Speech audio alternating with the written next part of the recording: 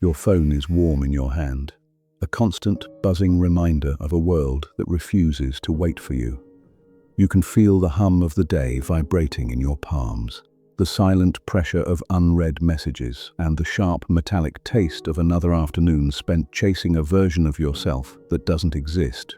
You aren't just busy. You are being hollowed out by the expectation to be everywhere at once. You're likely watching this in a stolen fragment of time, a lunch break that feels too short, a car that has become your only sanctuary, or a quiet corner where you can finally stop pretending. You can feel it, can't you? That tightness in the center of your chest, the sensation that you are a vessel being drained by 1,000 small demands. Today, the world has already tried to auction off your peace to the highest bidder. It has tried to tell you that your value is tied to your speed, and your worth is measured by your exhaustion. But I am here to tell you that the noise is a lie. The sprint is a deception. You don't need to catch up to a life that God has already placed within you. We aren't here to discuss your to-do list or your failures. We are here to reclaim the masterpiece that has been buried under the rubble of not enough. Today, right here in the middle of the turbulence, we are going to find the anchor that the storm cannot move. The greatest theft of the modern age is not of our time or our money. It is the theft of our identity. We have been trained to view our worth as a fluctuating currency. When we are productive, the market of our soul goes up. When we stumble, or when the silence of a slow season settles in, we feel bankrupt. It's an exhausting way to live, isn't it? To wake up every morning and feel like you have to buy your way into being enough. But consider the lilies. They do not toil, yet they are clothed in a splendor that kings could never manufacture. Today, I want you to look at your life through a different lens. Think of an ancient, priceless gold coin that has fallen into the mud. It might be covered in filth. It might be stepped on by passers-by who have no idea what lies beneath the surface. Does the mud change the gold? Does the weight of the boot diminish the value stamped into the metal by the king? You are that gold. The mud of your current circumstances, the financial turbulence, the broken relationships, the silent phones, none of it has the power to reprice what God has already declared as precious. I know your heart feels heavy because you've been trying to pay for a gift that was already given. You've been looking for your reflection in the distorted mirrors of social standing, forgetting that the only mirror that matters is the word of the sovereign. You are not a project to be fixed. You are a sanctuary to be inhabited.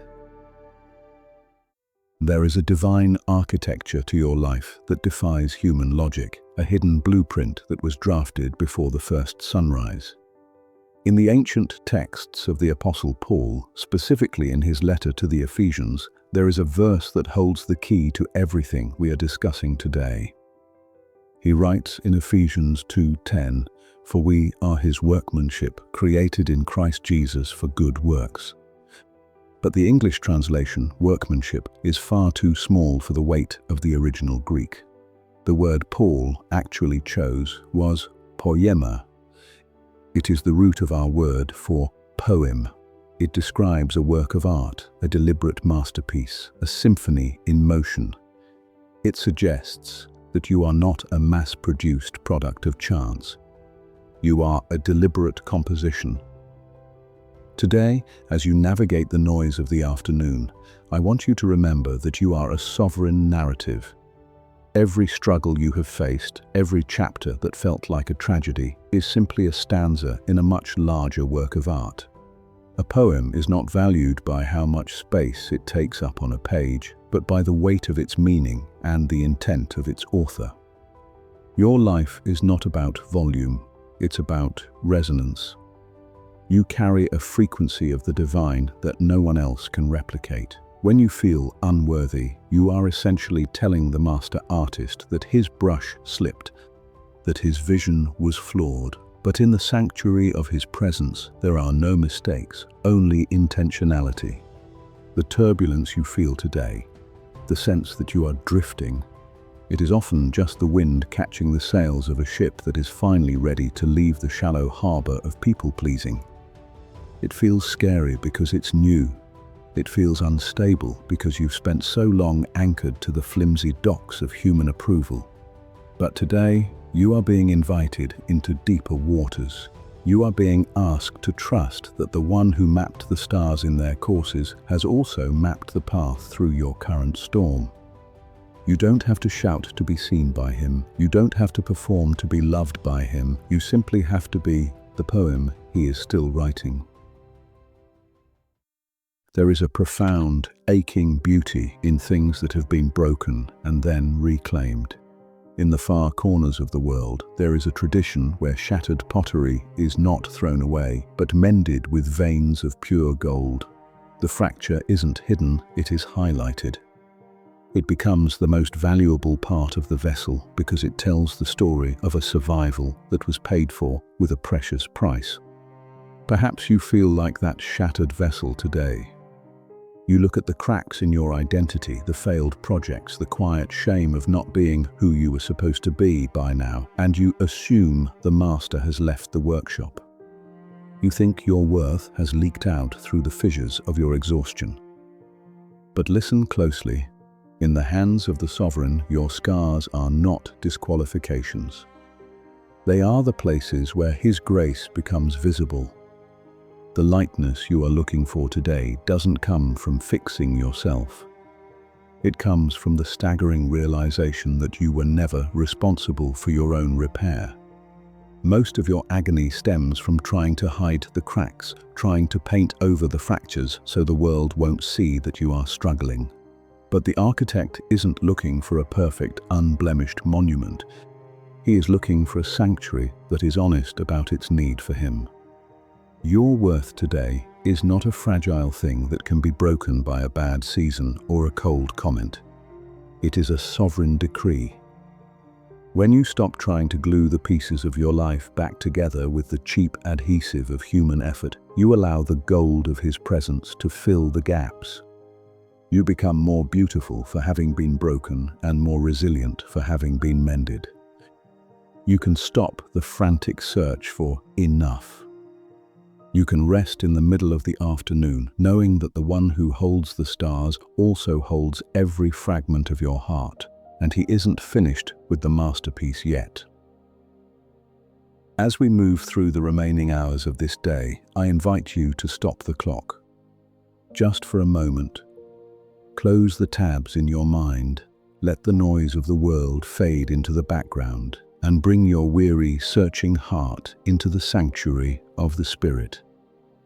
Heavenly Father, architect of this very hour, we stand before you in the middle of our busy lives, in the heat of our struggles, and in the quiet desperation that often hides behind our smiles.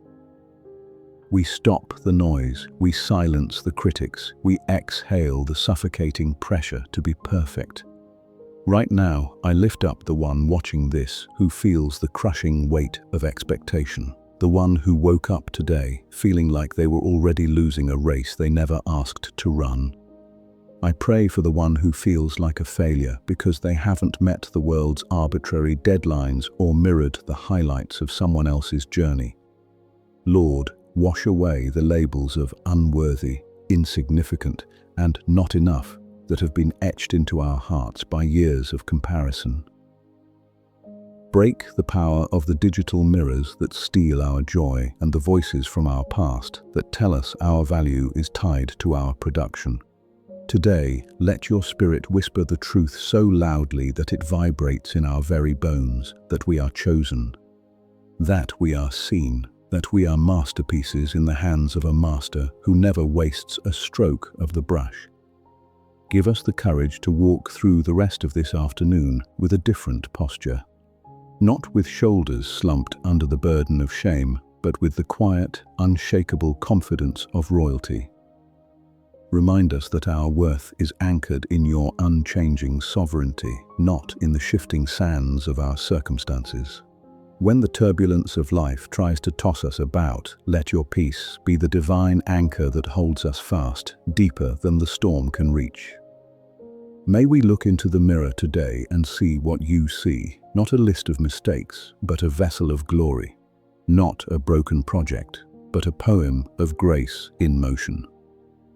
We declare that we are unburdened, we are free, we are yours. Amen. If this message has been the sanctuary your soul needed today, I invite you to join our community of the anchored. If you are choosing to stand in your true worth from this moment forward, simply type "worthy" in the comments below. Let it be a seal upon your spirit and a light for others who are still searching for their way home. And if you know someone who is struggling under the weight of an identity they were never meant to carry, share this reflection with them. Let us be the hands that help others find their anchor. Remember, the world may judge the scaffolding, but God is in love with the masterpiece. Stay anchored. Amen.